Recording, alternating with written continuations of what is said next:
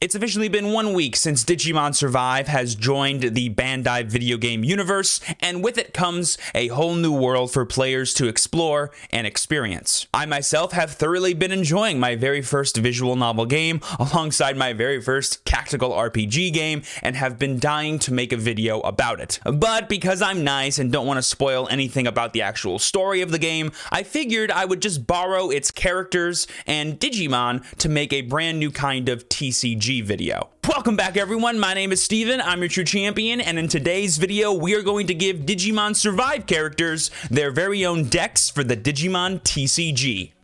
Let's get started. Basically, in today's video, I'm going to try to give Digimon decks to several of the main characters from Digimon Survive that try to tie into their partner Digimon evolution lines, or maybe fit them as a character. The only real restriction I have when it comes to building these decks is I must follow the August 1st, 2022 ban and restricted list for Digimon, so that way these decks are actually legal for competitive play. Besides that, the entire catalog of Digimon cards, both old and new, are available to me to use when crafting these decks. And don't you worry, if some of the evolution lines don't actually have solid enough strategies or archetypes for me to build around, I will take some creative liberties. If y'all are excited and want to see more videos like this in the future, be sure to smash that like button and subscribe so you don't miss out on any future videos. Without further ado, let's talk about the patented gogglehead from Digimon Survive, Takama Mamazuka, and his Agumon Bond of Bravery deck. It's probably not a surprise to see me start with the main protagonist of Survive in Takuma,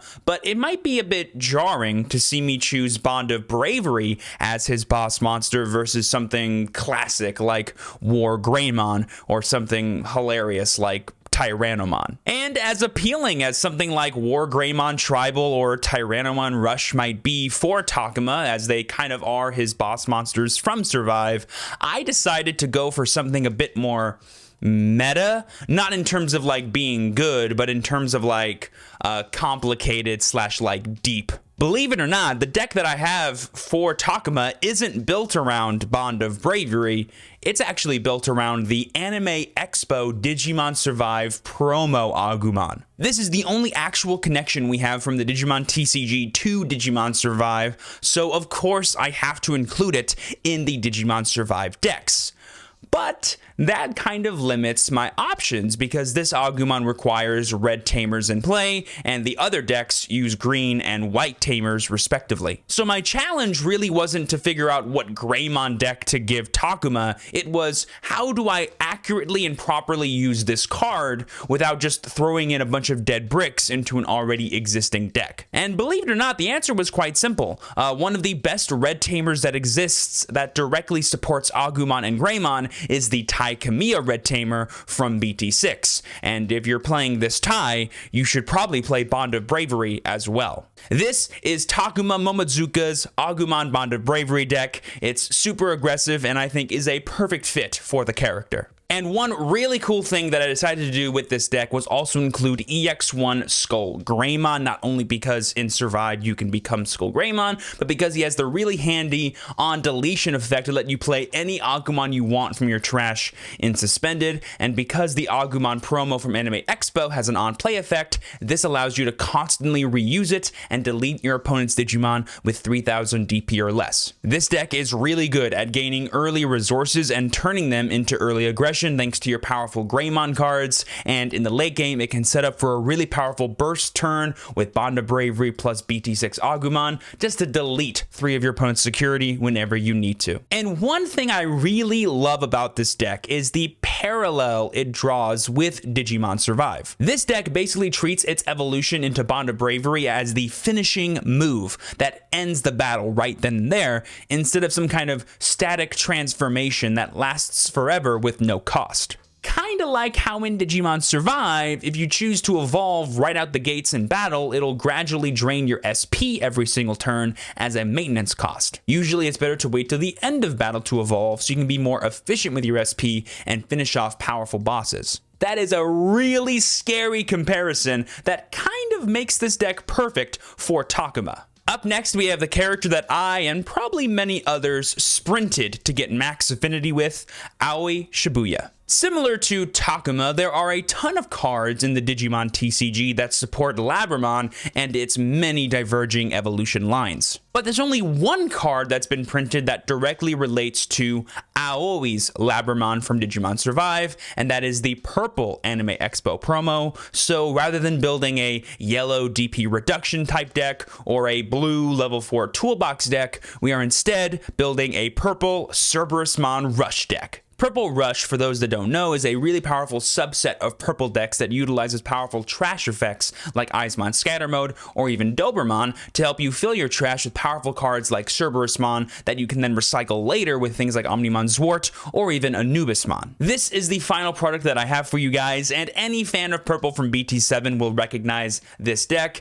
and thanks to the official evolution line of Labra to Dober to Cerberus to Anubis, we basically have the entire deck card for card as to what it used to be, with some extra inclusions from cards that have recently come out, like Dobermon here, which can give you even more ways to trash and recycle your key combo pieces. From there, we're playing a slew of purple tamers like Matashita and Mimi to give us more synergy with our variety of option cards, and to enable the promo Labramon from Anime Expo to use its on-play effect to delete an opponent's level 3 Digimon. This can also be recycled with things like Anubismon from the trash. I decided that going for boss monsters like Lilithmon and Omnimon Zwart would be a bit better than what we had access to in Digimon Survive, simply because Lilithmon has more direct synergy with the inclusion of Jack Raids and other powerful option cards, and Omnimon Zwart is just an absolute house. Plus, who's to say there won't be a DLC coming out in the future that includes Lilithmon? We already have Beelzemon in the game, so there's no reason to think other Demon Lords couldn't join the party. So this deck may not be as thematic as the Bond of Bravery deck was, but boy oh boy does it showcase the Labramon evolution line well. Moving away from Aoi, we have the jokester of the group, Minoru Hinata and Falcomon.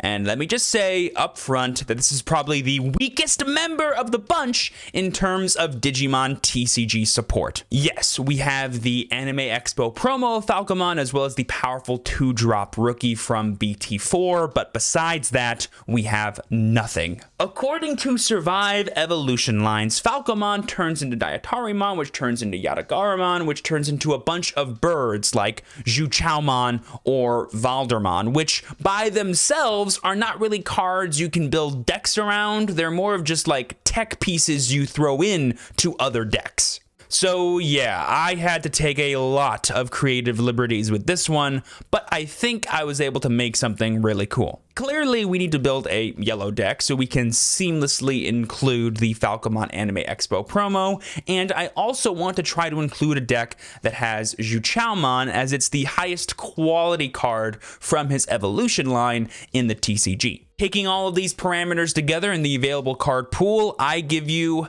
Sylphimon Toolbox. This deck, as it's aptly named, is designed around Sylphimon and the powerful combos that this card can enable when it comes to deleting or controlling your opponent's board. Sylphimon is a DNA Digivolution Digimon, which means in order to summon her, you must take 2 level 4s, 1 red, 1 yellow, and lay them on top of each other to warp into her for free. By doing so, you not only get the win Digital effect to minus 5000 DP one of your opponent's Digimon, but also you get to delete one of your opponent's Digimon with 5000 DP or less. From there, she has a really powerful win attacking effect, which kind of incentivizes you to attack. So we need to build a deck that likes to attack and also has perfect synergy with things that DP delete. So naturally, I turn to Ophanimon Fall Down Mode, a card that on Digivolve will recover you 1, so you're naturally going to sort of move the game state up as you go, and you don't mind attacking with her because on deletion, she can replace herself with any of your other powerful yellow level 4 Digimon like Dinohumon or Kazemon. On top of all of that, because this deck utilizes both yellow and red cards, we have access to powerful bombs like Sunrise Buster, which essentially is Gaia Force in this deck that also plays a tamer for free. And because our deck focuses on DP reduction as well as having yellow tamers in it, the Falcomon from Anime Expo is another seamless inclusion that I think would make this deck very attractive to Minoru Hinata. If you told me at the beginning of this video that I'd be giving Minoru Hinata Sylphimon Toolbox, I would have called you a liar, but this deck is actually really cool. This deck essentially combines the best red and yellow cards together, which enables a underutilized Digimon to shine, which I think is super awesome. Moving on, we have Saki Kumashima, who is our final character from Survive getting their very own deck. The reason I chose them over any other characters from Survive is with them, I get to show off a really interesting factor about this video that I did not mention before. I'm not bound to only use English cards in this video. I can also use Japanese cards, or at least cards that aren't available yet in English. Taking that into account, there are tons of options I can use for her partner Floramon that come from their official evolution lines, like Ibanwumon, aka Turtle Turbo, a deck that I very much love, or even the brand new Hydramon that got released and supported in EX3, Dragon's Roar. Both are honestly great options and decks I would have been happy to build, but the one I decided to go with is called Bloom Lordmon. This is a deck that exists in the BT10 meta, and it's built around Bloom Lordmon and the powerful synergies he has with the other plant, vegetation, and fairy-type Digimon in green. Basically, he gains extra stats like security checks, power, and the ability to restand based on how many rested Digimon you have in play. And thanks to the slew of powerful Digisorption effects, as well as other effects that can rest your own Digimon, this becomes super consistent in green. Here is the deck that I decided to build for Bloom Lordmon. I also chose to include Ceresmon, as in Digimon Survive, this is one of the canonical boss evolutions of Floramon. And because she enables your other Digisorption Digimon alongside herself to become even stronger by letting you control your opponent's board while building yours up, I figured it would be a perfect fit for this deck. Also, defensively, don't worry too much about all your Digimon always being rested. Thanks to the brand new Cherrymon from BT10, we can protect any Digimon we want to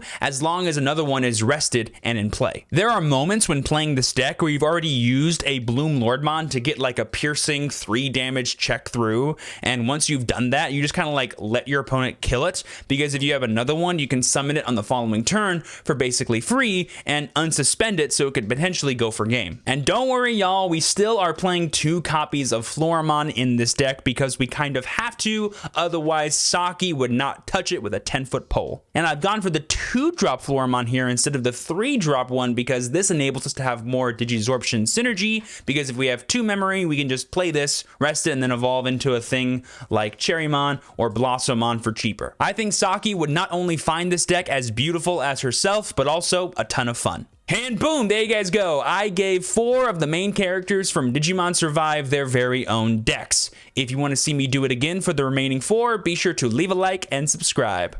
Peace.